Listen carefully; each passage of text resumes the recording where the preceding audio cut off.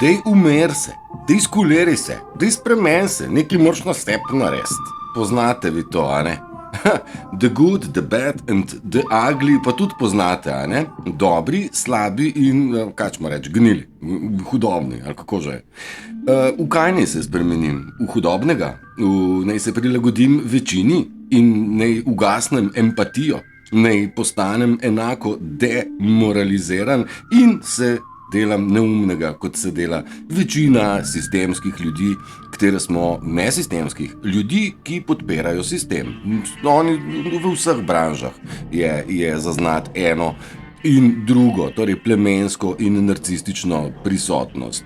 Mi smo prosili, dajte nehati, pa je že vse odpuščeno, ker smo vsi ljubljeni, ne? Tisti, ki preneha z igro, tisti, ki neha podpirati satanizem, reptilizem, narcizem, nacizem, jaz ne vem, kaj še vse gnilega, torej tisto, kar je proti ljudem.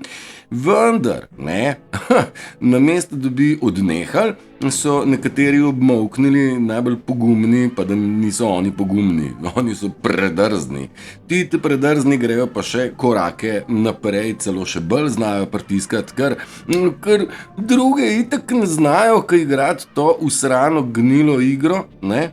In William Barr nam je rekel, we got them all. Imamo vse v prevodu.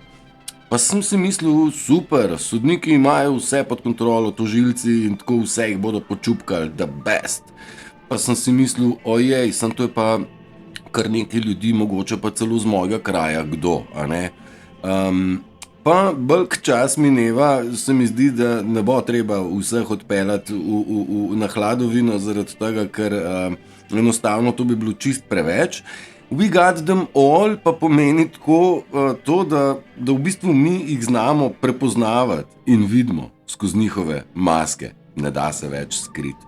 Uživajte vikend, pa se vidimo v enem live v nedeljo, ko bomo o tem kaj več povedali. Čaos!